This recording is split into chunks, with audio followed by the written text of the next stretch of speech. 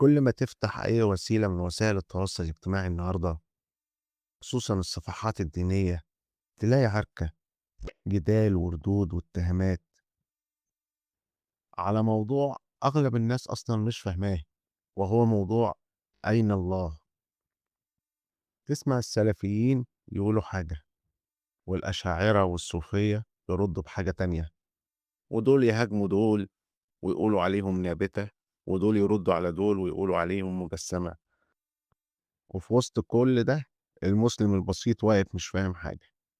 حاسس إن في خلاف كبير جدًا، وإن الموضوع خطير، بس الحقيقة كتير من الناس أصلًا مش فاهمة هُم بيتخانقوا على إيه. طب لحظة كده، يعني أنت بتقول نثبّت الكلام زي ما هو من غير ما نسأل إزاي، وأنت بتقول ننزّه ربنا عن المكان وما نقولش فوق أو تحت، يعني في الآخر أنتم الاتنين بتقولوا نفس المعنى بس مختلفين تقولوه إزاي؟ وإحنا عاملين كل الخناقة دي عشان الصياغة؟ طب ما نتفق الأول وبعدين نختلف براحتنا. طب ربنا سبحانه وتعالى لما وصف نفسه في القرآن قال إيه؟ قال: الرحمن على العرش استوى. فريق منهم يقول لك استوى على العرش يعني فوق العرش ويدبر الأمور، والفريق التاني بيقول لك استوى يعني متولي أمر الكون ويدبر كل حاجة. بس الغريبة إن إحنا كلنا متفقين على حاجة مهمة جدا، وهي إن ربنا سبحانه وتعالى أقرب إليك من حبل الوريد. طب إزاي؟ ما تسألش إزاي، عيش وجوده واستشعر قربه في حياتك، هتكتشف الحقيقة بنفسك. والغريب إن الفريقين بيقولوا لك نفس الحاجة، عقلك أصغر من إنه يستوعب كينونة ربنا سبحانه وتعالى.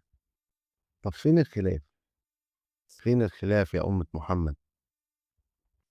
ضيعتوا المسلم البسيط، خليتوه يحس إن في مشكلة كبيرة وإن في خلاف في الدين نفسه، وأنتم في الحقيقة متفقين على الأصول ومختلفين بس في الصياغة والتعبير والكلام الفلسفي. يا سيدي المسلم البسيط مش فارق معاه الصيغة الفلسفية بتاعتك دي.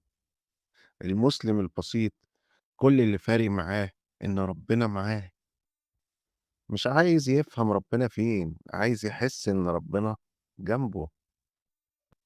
طب خليني أسألك سؤال، أنت شايف العقل اللي مش قادر أصلا يستوعب رأي مختلف عنه وهو أصلا قريب منه في المعنى، تفتكر هيقدر يستوعب كينونة خالق الكون نفسه؟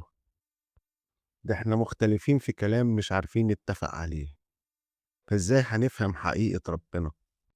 خلينا نكون صريحين مع بعض، عقلنا البشري متكون ومهيأ بقواعد الزمان والمكان اللي بتحكم الدنيا اللي احنا عايشين فيها، عشان يفهم الدنيا اللي احنا عايشينها، وخارج حدود الدنيا مش هيستوعب أي حاجة تانية.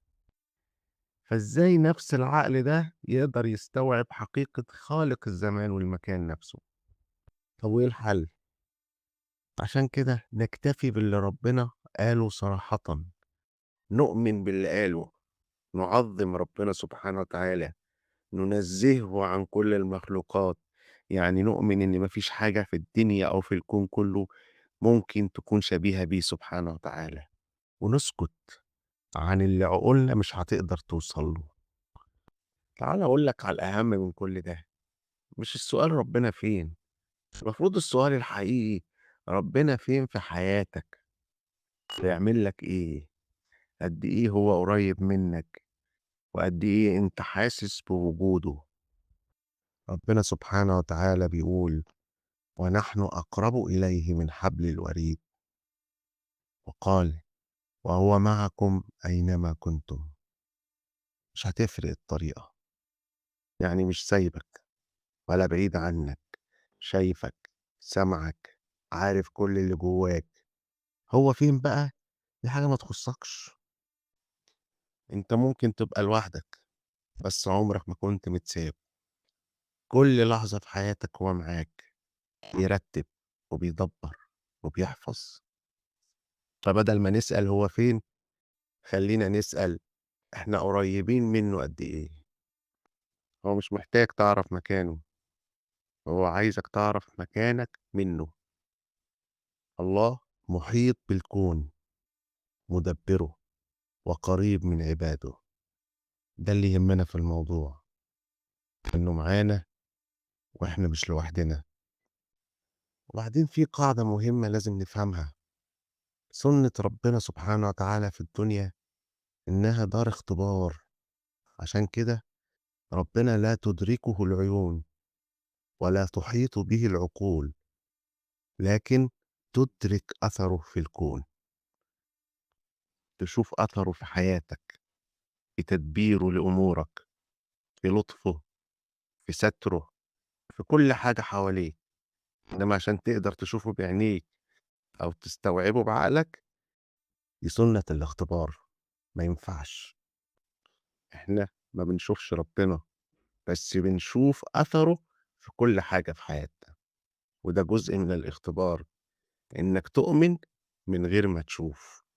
لو كل حاجة كانت واضحة ما كانش فيه اختبار أصلًا.